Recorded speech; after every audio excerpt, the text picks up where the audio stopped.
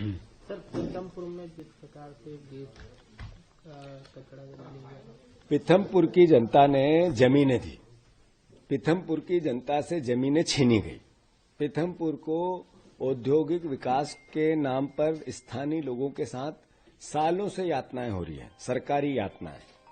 मैं मानता हूं उसके बाद लोगों के विकास के लिए अपना सब कुछ समर्पित किया और सरकार ने ऊपर से उनको जहर दिया। ये जितनी निंदा की जाए सरकार की कम है। यूनियन कार्बाइन का कचरा एक दिन रात में उठाना, चुपचाप आनन फानन, ये एक तरह का षड्यंत्र था। जहां तक प्रश्न है राम की कंपनी का, राम की कंपनी से कितना नुकसान हुआ आसपास के क्षेत्रों पे, अगर वहां प्रत्यक्ष रूप से जाओ तो पता चलता है। हर गांव में लगभग 15 से 20 आपको लोग मिलेंगे कैंसर, किडनी और हार्ट के पेशेंट।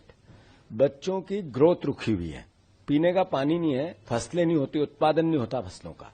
10 किलोमीटर के आसपास के रेडियस में अभी ये कचरा नहीं जला, जो पहले का डिस्पोजल, औद्योगिक डिस्पोजल है वो जलता है, उसी से ये असर है। तो इस कचरे का कैसा होगा, ये सवाल है। दूसरा, हमने मोहन यादव जी से आग्रह किया आज से 1 महीने पहले, बार बार किया, हर बार किया। विपक्ष का अध्यक्ष हूं मैं कांग्रेस पार्टी का, इस नाते उनने इस बात को गंभीरता से नहीं लिया, हमारे जो आग्रह को उनने नहीं माना। पर उनने कचरा हटाने के पीछे की जो कहानी है उसको प्रतिसाद किया, भूमाफियाओं को संरक्षण दिया। कौन जमीन, जो कार्बन यूनियन कार्बाइन की जमीन ऑक्शन में है, कौन खरीदना चाहता है और क्यों आनन फानन हटा, इसकी एक कहानी है, एक दिन सामने आएगी। रही बात कैलाश विजयवर्गीय जी का, मैंने कल बयान देखा कि 25 साल में उस जहर का समाप्त हो जाता है, जो तत्व होता है। इसको 40 साल हो गए, यही मुख्यमंत्री जी ने कहा। यही सरकार के अधिकारी को आए थे वहां, आदरणीय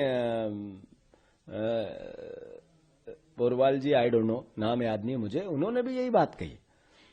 बच्चे क्रिकेट खेलते थे, अगर कैलाश विजयवर्गीय को ये पता है तो आप, वो क्रिकेट बच्चे खेलते थे तो आप लोगों की जान से खेलोगे, और आप कहते हो कि वो तत्व 25 साल में समाप्त हो जाता है, जो जहरीला पदार्थ होता है, जो लोगों पे असर करेगा। आप वैज्ञानिक हैं, साइंटिस्ट हैं, मोहन यादव साइंटिस्ट हैं।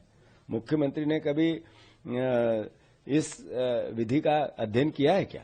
मैं वैज्ञानिक हूं, न मैं साइंटिस्ट हूं, न वो है। इस तरह की बात करना भी अपने आप में अपरिपक्वता दिखती है, गंभीरता की कमी दिखती है। सरकार को बिल्कुल नैतिक दायित्व लेते हुए उस कचरे को आनन फानन अभी रोकना चाहिए, निर्णय लेना चाहिए। जहां तक लोगों का विरोध का प्रदर्शन है, शांतिपूर्ण तरीके से लोग अपनी बात कह सकते हैं, पर हिंसक अगर उसमें कोई पुट आता है तो मैं समझता हूं ये ठीक बात नहीं है। लोगों को भी संयम रखना चाहिए।